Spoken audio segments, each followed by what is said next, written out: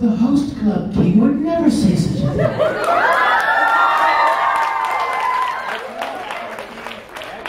Eat my boogers? Never. In public. How many of you guys have seen Panty and Stocking? Oh my gosh, that show's perverted. The best show ever! What? It's the best show ever. It's pretty funny though. Yeah. And I actually played a character in Panty and Stocking. I'm almost afraid to tell you with your parents in the room. There's this guy. I'm so embarrassed.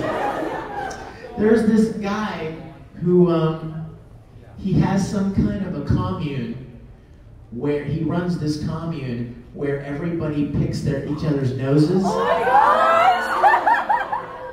And it's supposed to be, pardon me, parents, it's supposed to be like orgasmic. Like, that is so weird, right? How do they think of this crap? Who thinks of this stuff, right? It's like so out there, right? Now, before you judge me, Vic, I'm appalled. I can't believe you would do such a thing. I'm an actor. It was just a character I was playing. I don't actually pick my nose in public. I never eat boogers in public. I'm just kidding. But this guy's all embarrassed now. He's like, man, I eat my boogers too. Man, now we're outed, man. Now everybody knows. But Colleen Klinkenbeard is directing the show. Now I love Colleen. She played Hawkeye. She directed Tsubasa. She directed some Full Metal. I love me some Colleen. So she calls me one day and she's, I have this character. You need to play this character.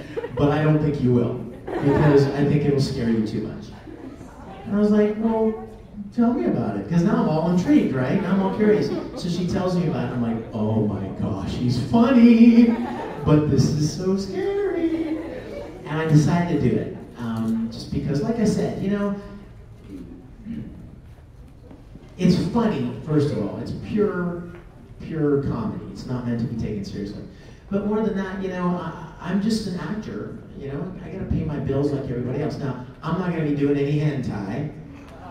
And there is no amount of money somebody could pay me to do something like that. But this is just kind of crazy, weird, wacky stuff. So please don't get mad at me or hate me for playing a booger-picking, orgasmic commune leader guy. Anyway.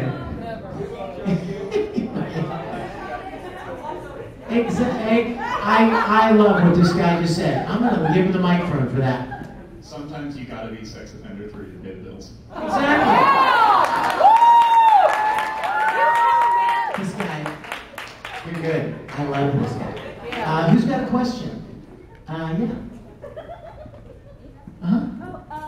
What was the first anime you were ever in? Because I remember the first one I remember you being in was D and Angel, and I had this huge fangasm. And I was like 10 years Way old. before that. Long before there was a D and Angel, there was Street Fighter 2.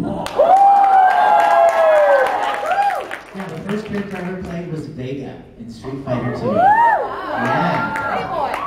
Yeah, like sexy matador guy with claws and a mask. And he's kind of a wuss. But anyway, that was the first thing I did. And then I did another show called Martian Successor Nadesco. Yeah? And then I did a show called Gasaraki. Then I did Evangelion. And then I did, wow, what was next? Probably Generator Gall. You guys, you gotta check that show out. If you have not seen Generator Gall, you have not lived yet. It's the funnest show ever. It's only like 12 episodes, so like you could sit down and just boom, watch the whole thing in one weekend. But it's so fun, and it's a great show. And you know what? I always wondered why it was so awesome, and then I found out. the same guy that directed Generator Gall directed Full Metal Alchemist. So now I'm like, that makes sense. So check out Generator Gall. And then I did a show called Princess Nine, which was a great show about like a girls' baseball team. It was awesome. And then Sayuki. And then I think Dean Angel kind of came along right around that time. But yeah, I'd done a handful of things before that. Question? Yes, America. Could you say in Tamaki's voice, I eat boogers in public? Wait. All I heard was, can you say in Tamaki's voice, public? What? Could you say in Tamaki's voice, I eat boogers in public? May I have yours?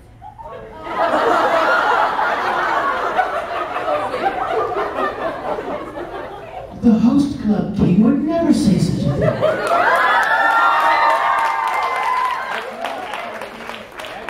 Eat my boogers? Never. In public. Question? Yes, sir. Did you guys enjoy the voice from Dragon Ball Z? Sorry? Did you speak? Did you just hear what he said? Did you say the Broly? You do Broly from Dragon Ball Z. I love you, man. Not a chance. No, really.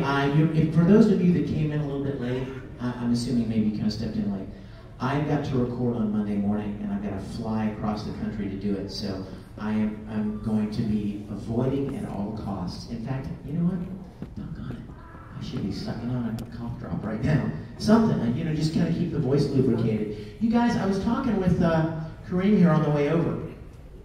You never realize. We went over to the sushi boat place, and we were walking back, and you never realize how important how easily your voice goes out until you need it all the time. When I was young, I'd yell and woo, whatever, and sing and go out and play soccer and yell, in the course of sports and stuff.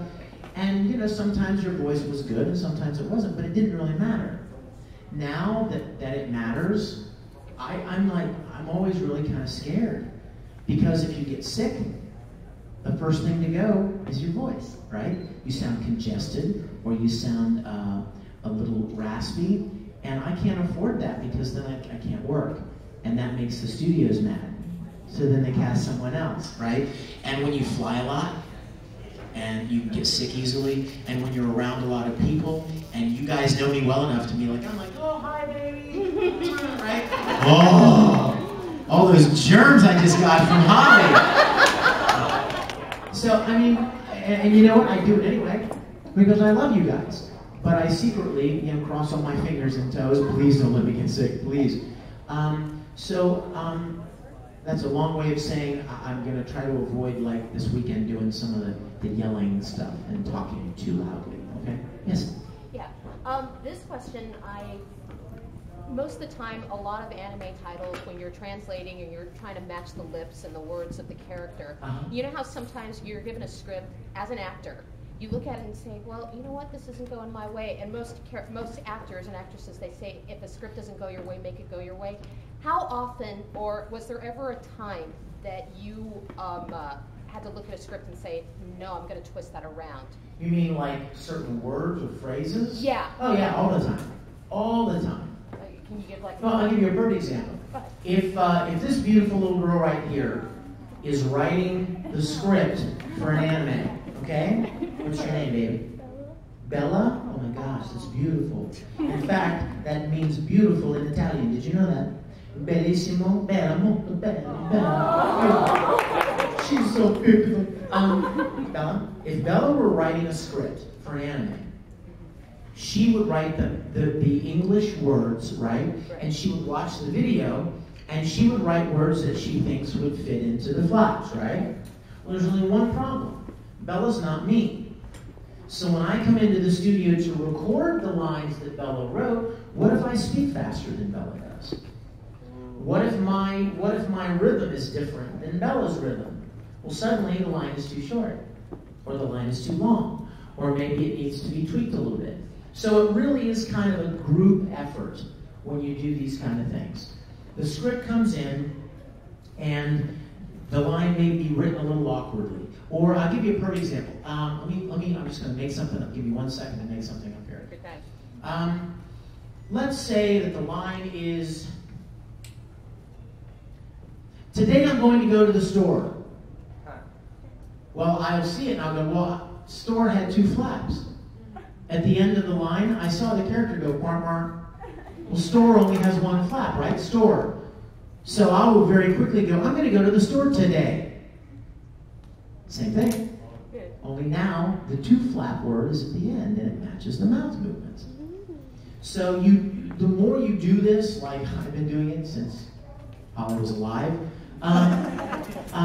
you just kind of start doing it second nature. I mean, you'll watch a line immediately, and you'll read the line, and then you'll watch it and you'll go, okay, this is going to be too short.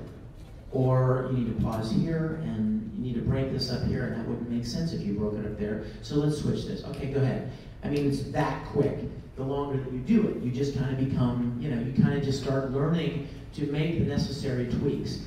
And then sometimes the character may say something different.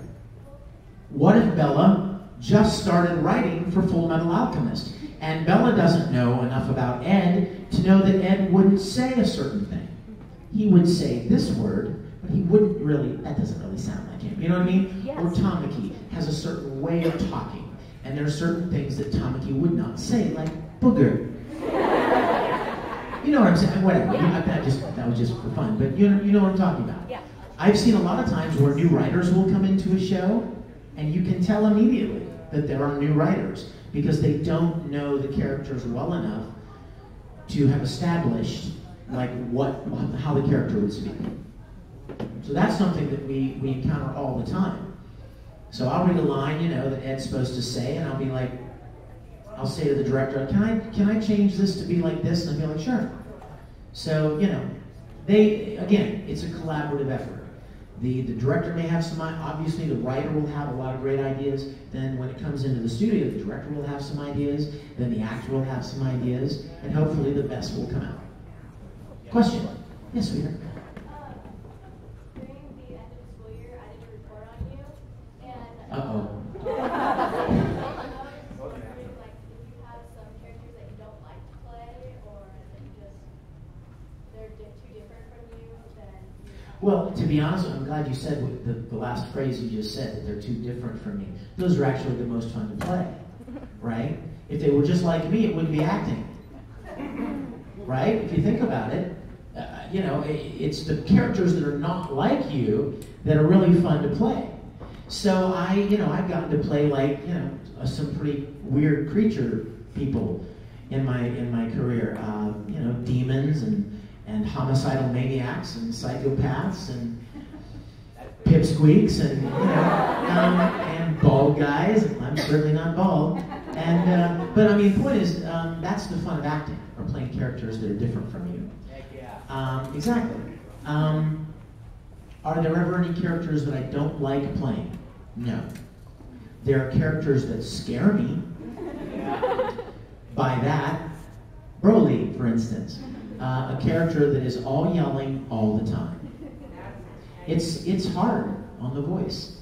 How many of you guys, I'll bet most of you, how many of you have ever gotten in an argument with somebody and you got so angry and you were yelling, and then you stopped yelling and you were actually kind of lightheaded because you were yelling so loud and so hard and your voice actually sounded like it had a blanket over it?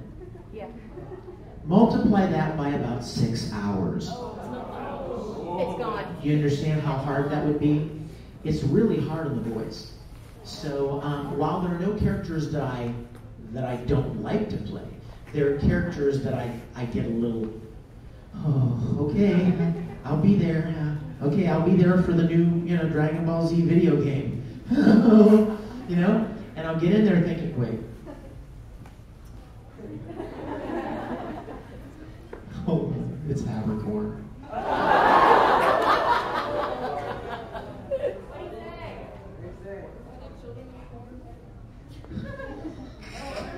Todd Havercorn. Okay, he just texted me something funny. I had to read it, sorry. He's in prison again. Anyway, Kirsten, you know what we do? When I go in to record Broly, this is what we do. We record Broly for 10 minutes, and then we take a 5-minute break. And then we go in and we hit it hard for 10 minutes, and then take a 5-minute break.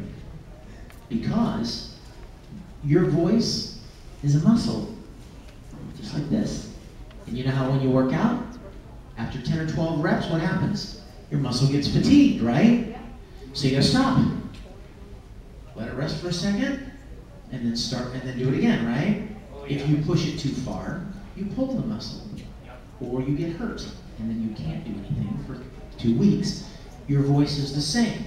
So we were talking about this. You have to know where your level is, where your fail-safe is, and you think to yourself, if I keep yelling right now, I'm going to be out of commission for a week. So I got to stop. Let's stop. Let's drink some water. Let's sit quietly for a minute, and then hit it again really hard. And those kind of characters are tough. In fact, when we did Full Metal, and Ed was doing the short rants and fighting and stuff, we would always save the short rants till the very end of the recording session. Because once you start doing the short rants, you don't sound like this anymore. You can't do that anymore, because the first thing to go is the high voice. And suddenly you're done, oh my God, you can't. You don't sound like it anymore. So you do all the talking first, and then you do the fighting later. Got it? Oh yeah. Oh yeah. Yes?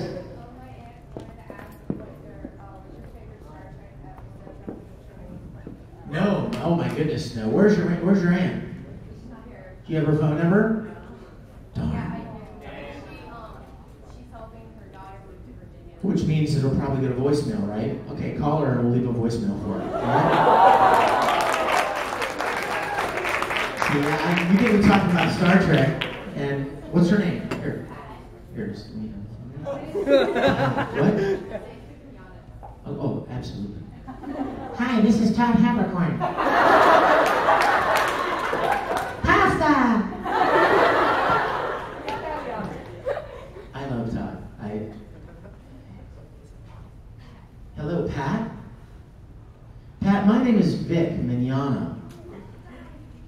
And I'm here at a convention with your niece, Courtney. And she said that you wanted to know if my favorite episode was Trouble with Tribbles from Star Trek. No! My favorite episode is a very obscure episode called Requiem for Methuselah. Whoa. Do you remember that one with Mr. Flint and Raina, the android girl that fell in love with Kirk? I love it! Well, everybody say hi, Pat. Hi! You're now part of our panel, Pat. Well, nice meeting you. I understand you're helping your daughter move this weekend. Well, oh, well, have safe travels, all right? All right, sweetie. God bless you. All righty, bye.